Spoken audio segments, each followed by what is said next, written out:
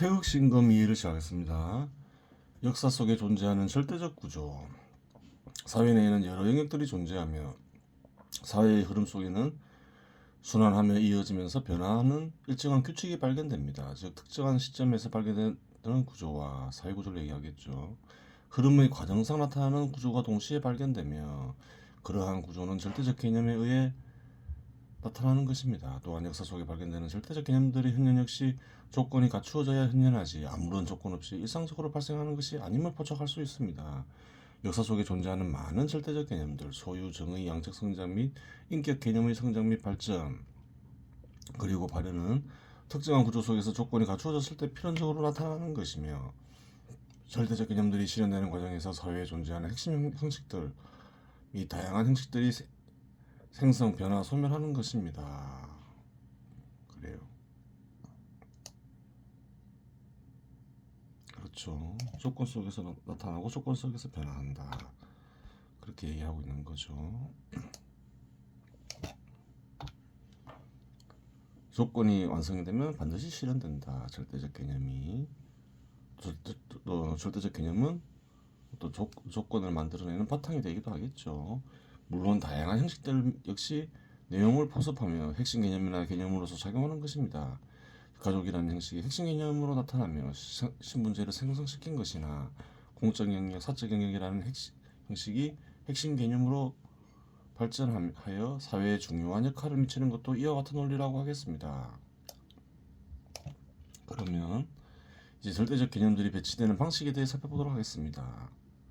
양적 성장을 실현하고자 하는 의지는 사회 구조에 간직되어 있습니다. 그렇죠. 현시대 대부분 사회에서는 양적 성장을 실현하고자 하는 의지가 간직되어 있죠. 예를 들어 시장이 발전할 수 있는 계기는 우선 독점적으로 사용할 수 있고 처분할 수 있는 소유의 개념이 사회에 형성되고 소유를 통해 시장에서 수요를 형성할 수 있는 인간들이 필연적으로 존재해야 합니다. 소유의 개념이 그래요. 사회에 형성되어 있지 않다면 시장이 발전할 수 없겠죠. 이건 내 것이 있어야지 서로 거래할 수 있을 거 아니에요. 그것이 전제되어야 민간 기업이 설립될 수 있고 이윤을 통해 소득을 획득하고자 하는 인간들이 생성될 수 있는 것입니다. 그래요.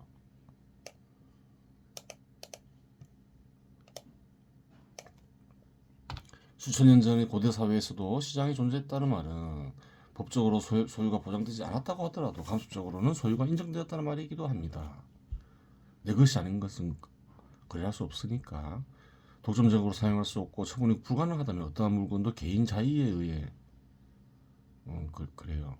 매매할 수 없으니 시장이 형성될 수 없기 때문입니다.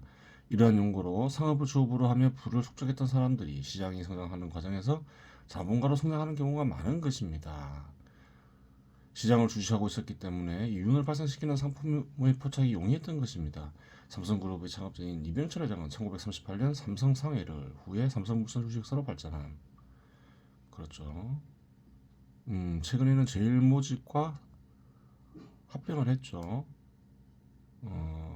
삼성상해를 설립하여 시장을 주시하고 있었고 LG그룹의 창업자인 구인회 회장 역시 1931년 구인회 상점을 설립하여 상업에 종사한 경력이 있습니다. 즉 가치 획득 방식과 양적 성장은 시장이라는 사회 구조에 간직되어 있으며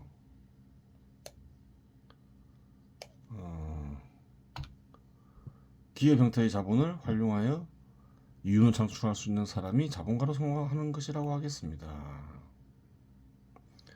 소유 형식 역시 사회 구조에 배치되어 있는 것입니다. 귀납적으로 구체적 문장을 통해 성문법으로 보장하는 경우도 있습니다. 한국 역시 그리 하고 있습니다. 그렇죠. 한국 그렇게 하고 있죠. 헌법을 살펴보도록 하겠습니다. 제23조 모든 국민의 재산권은 보장된다. 그 내용과 한계는 법률로 정한다. 그렇죠. 재산권이 보장된다. 소유권을 인정하는 거죠. 재산권 행사는 공공복리에 적합하도록 해야 한다. 굉장히 주상적이죠. 공공복리는 정부가 임의로 정할 수 있잖아요. 좋은 조항이 아닌 거예요. 공공필요에 의한 재산권의 사용 또는 제한 및 그에 대한 보상은 법률로 수하되 정당한 보상을 지급하여야 한다. 정부라 해서 타인이나 타집단의 재산을 마음대로 처분할 수는 없는 거죠. 재산 소유권은 절대적이냐? 그렇진 않죠. 제한을 할 수 있는데 공공복리가 그 제한을 하는 조건이 되어서는 안 된다는 거예요. 나의 소유권이 중요하듯이 타인의 소유권도 중요하죠. 나의 생명이 중요하듯 타인의 생명도 중요하죠. 그러니까 소유권의 제한은 타인의 생명과 재산을 해치지 않는 범위 내에서 소유권은 보장되는 거죠. 타인의 소유권을 해치지 않는 범위 내에서 생명이나 또 타 집단의 소유를 해치지 않는 범위 내에서 그래요. 개인의 소유권이 인정되겠죠. 개인의 누군가의 개인의 나의 소유권이 중요하듯이 타인의 소유권도 소중하기 때문에 그렇다는 거예요. 그러한 이유로만 제한할 수 있는 거지 단순히 뭐 공공복리 임으로 정할 수 있는 공공복리가 제한할 수 있는 조건이 되지는 않는다 이 말인 것이죠. 정의는 인간들 간 상호행위로 인해 발생하는 관계에 배치되어 있습니다. 그런데 앞에서 언급하듯이 소유가 인정되지 않으면 정의가 성립될 수 없습니다. 나의 것 너의 것에 대한 구별이 이루어지지 않는 상황에서는 약탈적 행위나 자비와 사랑의 극한 행위를 판단할 수 없습니다. 예를 들어 특정한 물건을 소유가 불가능한 것으로 규정하고 그 물건을 누구나 사용할 수 있게 한다면 그 물건을 누군가가 임으로 사용했다고 하여 약탈이라고 말할 수 없으며 그 물건을 다른 사람이 무상으로 사용 가능하게 건네주었다고 하여 자비와 사랑이 되지 않습니다. 그렇죠. 이 것 내 것이었고 공공의 것이니까 모든 사람들의 것이니까 베풀 수도 없고 누군가가 그래요 사용했다 해서 약탈했다고 얘기할 수도 없게 되는 거죠. 따라서 정의라는 개념은 소유라는 개념을 바탕으로 생동하는 인간들과 상호관계 속에 배치되는 것입니다. 즉 소유라는 개념이 없으면 정의라는 개념 역시 성립되지 않는다. 그렇게 얘기하는 거죠. 건물에 비유하면 1층에 소유 개념이 배치되어 있고 2층에 정의 개념이 배치되어 있다고 말할 수 있습니다. 즉 1층이 없으면 2층이 없잖아요. 정의는 소유를 전제로 하여 나타나는 것이기에 소유가 없으면 정의도 없는 것이지만 정의 개념이 나타나 인식된 경우 소유에 종속되어 움직이는 것은 아닙니다.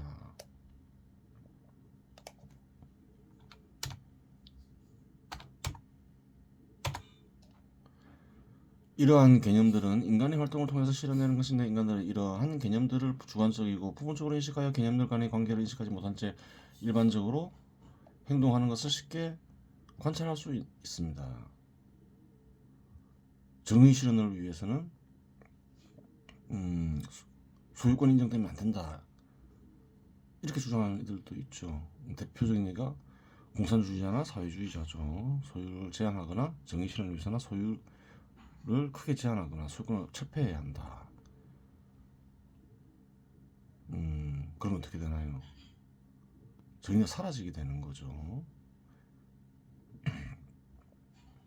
그래요. 이는 개념들이 분리되어 작용하면 인간들의 행위를 지배하는 사실을 입증하는 대표적인 사례입니다. 예를 들어 깨달음의 수준이 낮은 마르크스나 마르크스주의자들은 현상 속에서 정의가 침해당한다고 생각하여 소유를 제거하면 정의가 실현된다고 판단하였는데 소유가 사라지면 정의 역시 사라진다는 사실을 인식하지 못한 탓이라고 하겠습니다. 정의만 사라지는 게 아니죠. 소유를 철폐하면 민간기업이 파괴되니까 그 시장 지배 시대에서 극히 가난해지고 사람들이 비참한 삶을 살게 되죠. 기본적으로 사회 현상을 분석할 때에는 소유와 정의, 정의 관계 정도는 알고 분석해야만 할 수 있습니다. 인격 및 인격에서 파생되는 인권의 개념은 인간의 관념 속에 존재합니다. 그렇기에 개인별로 인격의 개념 발전 정도는 다를 수 있습니다. 그래요. 절대적 개념도 절대적 구조 속에 있음을 어떤 구조 속에 배치되어 있음을 설명하고 있는 거죠. 하지만 교육과 생활 속에서 사회적으로 형성된 보편적인 인격의 개념이 존재합니다. 인격의 개념은 인간의 관념 속에 배치되어 있기 때문에 제한 없이 발전할 수 있습니다. 그리하여 더 이상 발전할 수 없는 흑점에 이르면 인격이라는 틀은 파괴되고 새로운 개념이 형성되는 것이니 그렇죠. 그 개념은 절대자의 아들, 딸로 나타나는 신격, 즉 신적 인간입니다. 그렇죠. 인격이 고도로 발전하면 인격 역시 인권의 개념 역시 파괴된다. 신인격이 나타나게 된다. 이렇게 얘기하고 있는 거죠. 사회적으로 형성된 인격 개념 역시 실제 사회구조와는 무관하게 발전 쇠퇴할 수 있습니다. 시장의 성숙 과정을 먼저 겪은 국가들은 신흥국에 비해 인격 개념이 발전해 있습니다. 신흥국들의 경우 발전된 인간 개념이 도입될 수 있는데 신흥국들의 경우 발전된 인격 개념이 도입될 수 있는데 이는 사회적으로 긍정적 효과를 낼 수도 있고 부정적 효과를 낼 수도 있습니다. 사회의 양적 성장은 원한다고 하여 이루어지는 것은 아니지만 인격 개념은 관념이기에 얼마든지 받아들이고 발전시킬 수 있는 것입니다. 신흥국들을 살펴보면 최고 권력자가 장기 집권하는 경우가 많은데 이 경우 대규모 폭동이 발생하는 경우를 종종 목격할 수 있습니다. 한국에서도 목격할 수 있죠. 그래요. 박정희 정부 때 장기 집권하에서 폭동이 일어나고 이승만 정부 때도 그러했죠. 여기에는 사회의 양적 성장과의 불균등한 인격 개념의 발전 및 공적 개념의 현현이 상당한 영향을 미쳤습니다. 원래는 양적 성장을 하면서 인격 개념 역시 발전하는데 그래요. 발전한 나라에서 인격 개념만 별도로 그래요. 수입할 수 있다는 거예요. 그러면 사회에 대한 불만이 커질 수 있겠죠. 불만이 커질 수가 있는 거예요. 특별히 문제가 없더라도 1980년 5.18 사건이나 1987년 6월 사건 역시 그러한 맥락으로 파악할 수 있습니다. 인격의 개념이 형성되기 위해서는 정의의 개념이 형성되어 있어야 한다는 전제가 따릅니다. 다른 사람들의 행위로 인해 정의가 침해당한다고 생각하지 않으면 인격의 개념이 형성될 수 없습니다. 그렇죠. 인격 이전에 정의가 성립되어 있어야 되죠. 그래야 뭐 인권이 침해당하고 이제 당하지 않고 있는지를 판단할 수 있는 거죠. 인권보다 정의가 먼저 있어야 된다 이 말이죠. 정의 개념이 희미하게라도 후천적 무아, 후천적 무아는 마음을 가리키죠. 후천적 무아의 존재야 자신에 대한 다른 사람의 행위를 평가할 수 있게 되고 부당함을 호소할 수 있게 되며 어느 정도의 부당함을 당했는지 판단할 수 있게 되고 어떠한 행동을 하는 것이 바람직한지 결정할 수 있습니다. 따라서 건물에 비유하자면 소유가 1층에 살고 정의가 2층에 살고 인격이 3층에 살고 있다고 말할 수 있습니다. 신격은 4층에 있는데 아직 4층에 있겠죠. 그래요. 인격이 어느 정도 실현돼야지 성격이 4층에 있는 신격도 그래요. 제대로 나타날 수가 있는 거예요. 따라서 정의가 사라지면 인격이 존중되지 않으니 인권이 사라지게 되고 소유가 사라지면 정의와 인권이 모두 사라지게 되는 것입니다. 인권은 소유를 행사하면서 육체에 대한 소유권, 물체에 대한 소유권, 소유를 행사하면서 인권이 실현되는 거죠. 소유권이 없는 곳에는 소유권이 부정되는 곳에서 보면 인권은 형편없는 거죠. 북한을 보면 잘 알 수 있죠. 소유에 대한 제한이 많으면 많을수록 인권의 개념 역시 희미해진다. 그렇게 얘기할 수 있는 거예요. 정의와 인권이 사라진 사회에서는 극소수의 사람들을 제외하고 살 수가 없습니다. 이러한 이유로 소유를 철폐한 과거 공산국가들은 모두 멸망에 이르거나 많은 사람들에게 고통을 주고 제대로 수정할 수밖에 없었는데 이러한 논리가 숨어 있었던 것입니다. 절대자의 뜻에 반하는 행동을 하였으니 천벌을 받았다고 할 수 있습니다. 그래요. 사회주의 공산주의 정책을 시행하면 또 사회주의나 공산주의가 바탕이 된 정책을 시행하면 그래요. 반드시 천벌이 따르죠. 과거만 그런 건 아니죠. 현 시대 최근에 베네수엘라 같은 나라를 봐도 쉽게 알 수 있는 거잖아요. 그래요. 다음으로 태울과 정치를 살펴보겠습니다. 차법 전용이가 이 비법은 전적으로 기의 빛을 사용한다. 빛은 어떤가는 신의 비유적 표현을 했죠. 귀의 빛은 뭘까요? 소리로 들리는 어떤가는 신의 뜻을 가리키겠죠. 이 비법은 뭔가요? 지금 조식에 대해서 다루고 있는 거죠. 해방을 통한 조식. 조식은 숨을 고르는 거죠. 숨을 고르는다 해서 실제로 숨 쉬는 게 아니라 했죠. 비유적 표현에 불과하다고 했죠. 여기서 드러나죠. 코로 숨 쉬는데 귀에 들리는 빛을 사용한다 말이 안 되잖아요. 그래요. 일시목광, 일시이광. 빛에는 뭐 두 종류가 있다. 목광, 눈의 빛. 눈으로 볼 수 있는 어떤가는 신의 뜻을 가리키겠죠. 다른 것은 이광이다. 어떤가는 신의 뜻인데 귀에 들리는 어떤가는 신의 뜻이다. 이 두 가지가 마음에 나타날 수 있다. 그렇게 이해하고 있죠. 목광자 왜 일월교 광야 정리화가 되겠죠. 눈에 드러나는 것은 해와 달이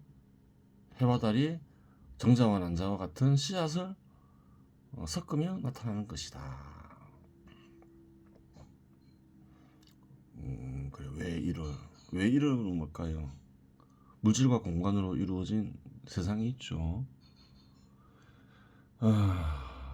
그래요. 물체를 보면 형태를 알 수 있죠. 그러한 것은 왜 있느냐? 일, 월 또 상징적인 표현이겠죠. 일은 어떤가는 신의 관념을 뜻하고 월은 뭘까요? 어떤가는 신의 뜻의 표상을 가리키겠죠. 표상이건 관념이건 그것을 있게 한 씨앗이 있다. 그것을 이렇게 정으로 볼 수 있겠죠.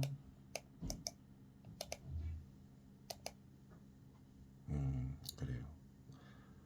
이광자 내 1월교 정야.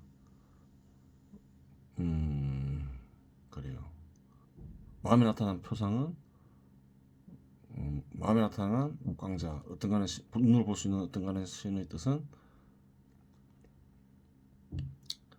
그래요. 외부에 있는 그래요. 마음이 아닌 세상에 있는 절대자의 관념과 표상이 어우러져 나타난 것이고 이광자 내 1월교 정야 마음에 나타난 귀에 들리는 어떤가는 신의 뜻은 내 1월 마음에 있는 관념이나 표상이 정자와 난자와 같은 씨앗을 섞으며 나타난 것이다. 이렇게 보면 되죠. 연정 즉 광지 응정처. 이 정이라는 것은 빛이 어떤가는 신의 뜻을 가리키죠. 빛은 어떤가는 신의 뜻이 엉겨서 머무르는 곳이다. 그렇죠. 정을 풀이해 놓은 거죠. 정은 광지 응정처. 동출 이명야. 정을 광지 응정처. 빛이 엉겨 머무르는 장소라고도 얘기할 수 있는데 둘은 같은 뜻이지만 그냥 이름이 다를 뿐이다. 이렇게 얘기하고 있는 거죠. 고 총명 총일명 광이 고로 밝음이라는 것은 총명이라는 것은 진리와 진실을 가리키겠죠. 하나의 밝고 신성한 빛을 따릅니다.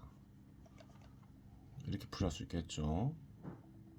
돌리며 비추며 숨을 구르는 비법은 순전히 귀에 들리는 빛 어떤가는 신의 뜻을 사용함으로써 이루어진다. 어떤가는 신의 뜻에는 눈으로 볼 수 있는 어떤가는 신의 뜻과 귀로 들을 수 있는 어떤가는 신의 뜻이 있는데 눈으로 볼 수 있는 어떤가는 신의 뜻은 물질과 공간으로 이루어진 곳에 있는 어떤가는 신의 관념이 어떤가는 신의 표상과 어우러지며 생겨나고 귀에 들리는 빛은 인간의 마음에 있는 어떤가는 신의 관념과 어떤가는 신의 표상이 정자나 난자와 같은 씨앗을 섞으며 나타나는 것이다.